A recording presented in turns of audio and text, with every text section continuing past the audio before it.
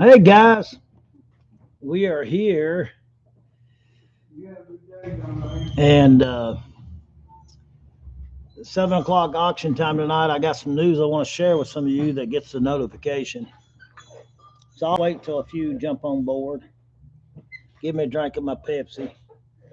Hey, Rose, you button that door? Everybody out? Yeah, button that door up. You sure everybody's out? Okay. Hey, Bill. Hey, Terry. Hey, Terry. Terry Spitz said hi, Rose. Hi.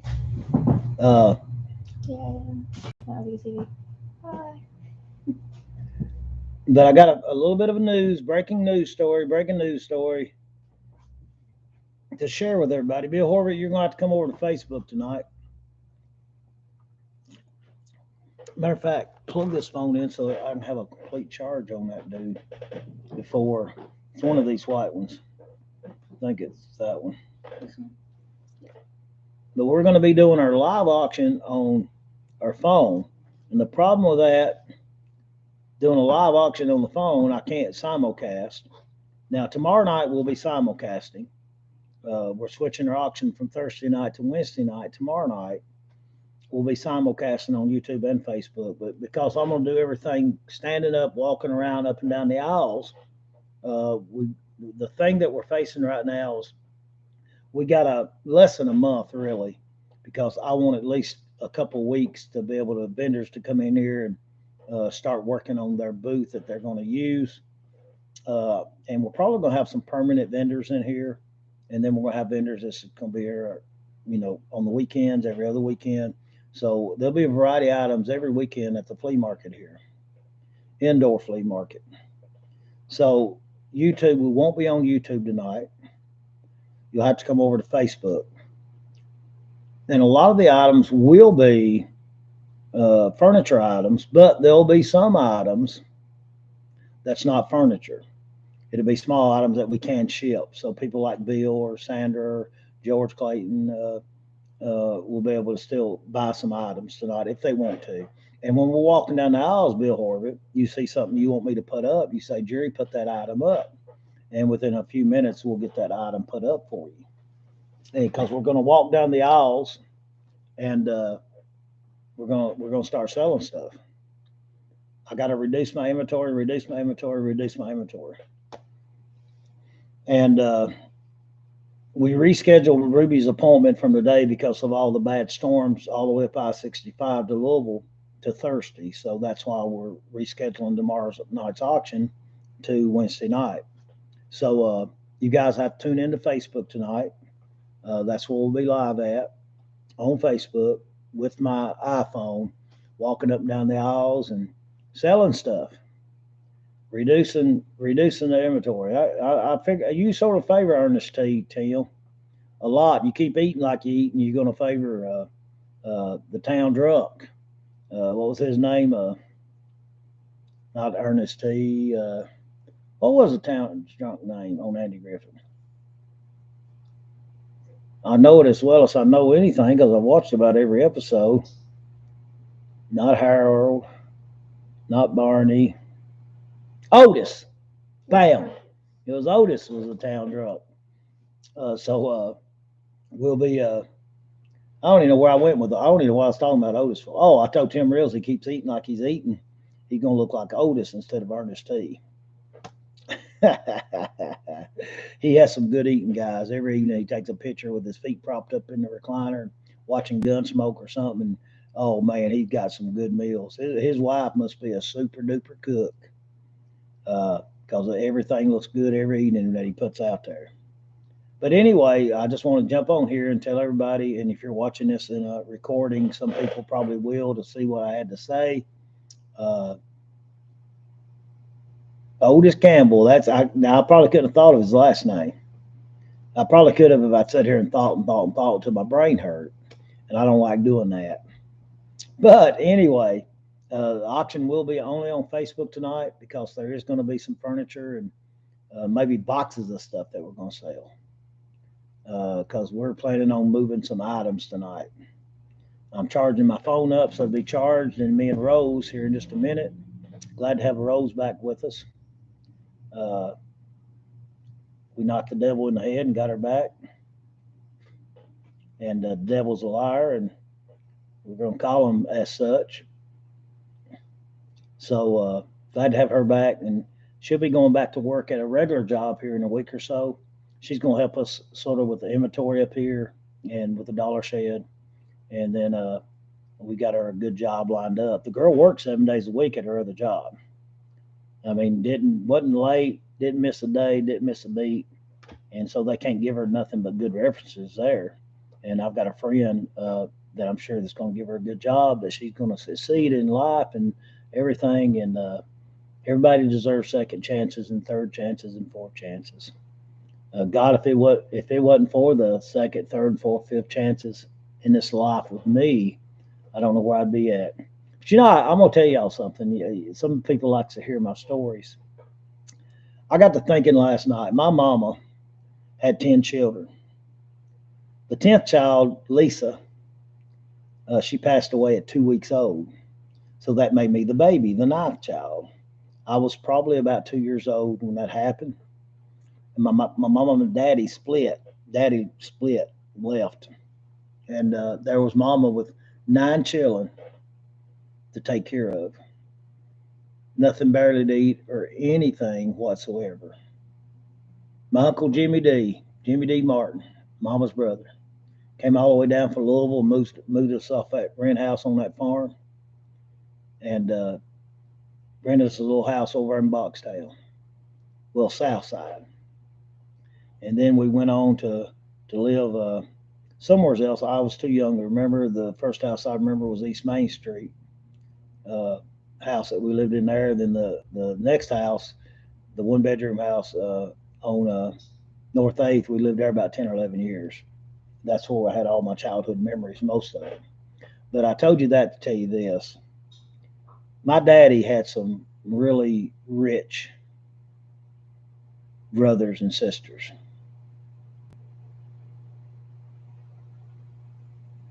Tim Real said, hello, Miss Rose. Good to see you there with good old Uncle Jed, the most honest crook that I've ever known. Laugh out loud, just kidding. But they weren't like super rich, but they were well off. Several of them. And here Mama was raising 9 kids in a 1 bedroom house, struggling to make it. Done the best she could. Mama couldn't even write her name. Couldn't even write her name out. And she went to adult education and learned to do a little bit of that and a little bit of reading later on in life. But I got to thinking the other night, if one of Daddy's sisters or brothers had said, Lauren's not doing good with his children or his ex, we should step in and help her. With those, there are nephews, there are nieces, there are kinfolk, there are bloodline. And let's step in and help this little single mom that our brother has abandoned. Of course, Daddy done good the rest of his life as far as we got older. He made up for it a lot. Not putting my daddy down a bit, but back then, it's just what it was. And I got to thinking, if some, not even them, but I cannot remember. I know there was a lot of rich folks that lived around us that knew of her situation, and people that were well off that knew of her situation. I can't remember any of them ever bringing some hand-me-down clothes to our house, saying, "Here, Ruby, see if any of these will fit these kids."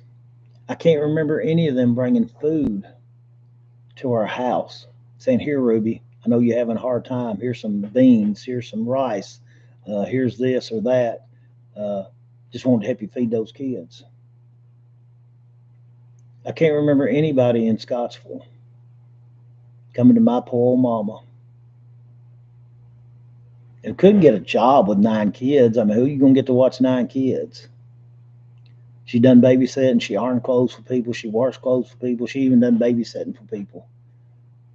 I can remember that plainly, to try to make ends meet. But I can't remember one person, except for my Uncle Jimmy D, coming down to Scottsville, and it would help Mama some. But I got to thinking, if there was people back then, they had plenty. Never once did they offer that. I can't remember. And I was a mama's kid. I was around her. I wouldn't leave her side. Make her pack me half the time.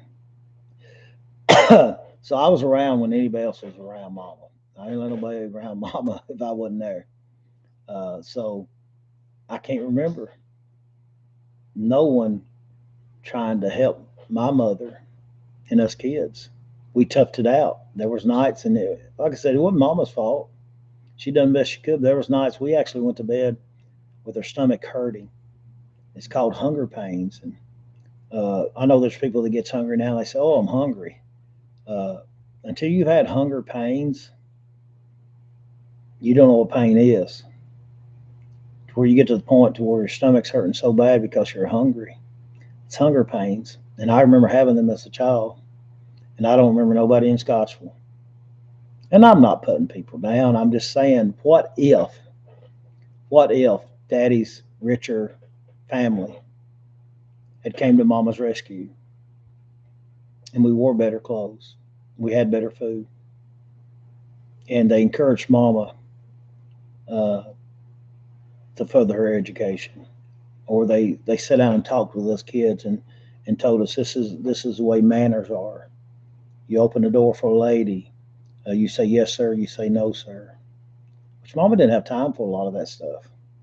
But some of these kin folks could have did that, or some of the people that lived around us are in Scottsville. Nobody ever tried to help. It was just like we were hit off. We were in the ditch, and everybody kept walking on the other side of the road to make us not exist. And I thought, what if they had stepped up? How many of the children's of those 9 kids? How many of those lives would have changed? The ones that became alcoholics, maybe they wouldn't have. The ones that done some bad things, maybe they wouldn't have. It only takes a little bit to put somebody's life on a different path that they're traveling down. And all of us kids, we were traveling down that path of not having anything, being poor. If it's not India, just tell them we're closed. Of being poor, of like having a generational curse. What if they had came in there and done something? That's why it's so important to me now is try to change the paths like Rose here. I'm trying to put her on a different path because I can see her path the way she was traveling. I see what lies down the road because I've watched some of my brothers and sisters that same path that they stayed on. And regardless, people can pull themselves up and get themselves on a different path, but sometimes it makes it a little bit easier if we help that family that's struggling beside of us. If we help that family that's struggling with us that lives on the other side of town, and we see that they've not really got the parental skills to be teaching their kids manners, to be teaching their kids not to steal and everything, if the parents don't care, to be able to step in and say, you mind if I talk to your kids or and give them a few instructions and things like that, and we want to help you out, help you get a better job, things like that. Just little things that you can do to help the community as a whole, and you can change people's paths to where down the road they could die of an overdose at 32 years old, or down the road they can die at 90 some years old, a retired doctor or a retired teacher, a retired factory worker, retired Air Force person, Army person, Marine person. So I was thinking on that really hard the other night.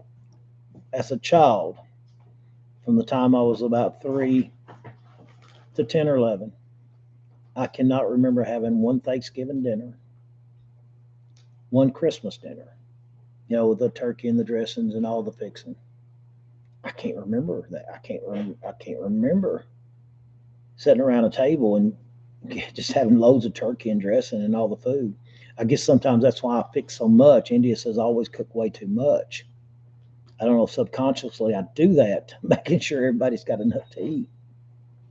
But I can't remember for the life of me being able to sit around at a table having turkey and having ham and all the desserts and everything on Thanksgiving or Christmas. From the time I was about 3 years old, which that's the first memories I have, up until about 10 or 11. And then, of course, Daddy later on started having big dinners every Thanksgiving and Christmas for up until he died, basically. Uh, I remember all those, but as a child, even at my house, Mama didn't have the money for turkeys and hams and things. And it'd been nice if somebody had got Mama a turkey or a ham, brought it over to her. Mama wasn't a great cook. She cooked pinto beans good and cornbread, but brought a ham over a turkey and said, "We're gonna help you cook this, Ruby. We want them kids to have a good Thanksgiving dinner, a good Christmas dinner." But that never happened. And I was thinking about that the other night. How even my life might be different, uh, and my brothers and sisters' life, may have been different. Uh, in which I love all my brothers and sisters, and we done the best we could growing up. And as we become adults and had our own children, done the best we could. But it just made me stop and think, where was everybody at? Where you at? And so I'm asking you today, and this was supposed to have been letting you guys know I'm gonna be on auction on Facebook tonight, but it's turned into something else. I just want to ask you guys the question tonight: where you at? That's a little bitty boy with old glasses on that was taped up on the sides and taped in the middle. I could have asked the question: where you at? Where you guys at? And so today, 60 years old, many years later, I just want to ask you guys that question. And you may be there already.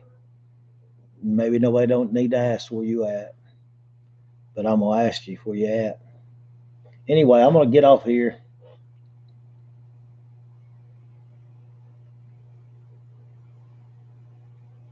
Yeah, Tim Reels, we were so poor, the poor people down the road called us poor. Boy, look at them poor people down there. They ain't even got loaf bread sacks to go over there for shoes. Anyway, that was my little spiel for today. But be sure to tune in Facebook tonight. We're going to be on the phone. No telling what we're going to sell tonight. It may be a great, successful auction tonight, or it could be. So, looking forward to you guys that's watching a rerun of this. Be sure to tune in on Facebook at 7. I won't be doing YouTube tonight because I'm going to be on my phone. I can't simulcast with just my phone, or I ain't figured out how to do that yet. So, we're charging it now. We're going to start ranging stuff so it's sort of more on display. But we're going to do some walking. These shoes were made for walking, and that's just what I'm going to do. I'm going to walk all over you. Bada, bada, bada, bada. Nancy Sinatra. All right, guys, I'm going to get off here. We'll see you guys at 7 on Facebook. Remember that. See you at 7 o'clock on Facebook.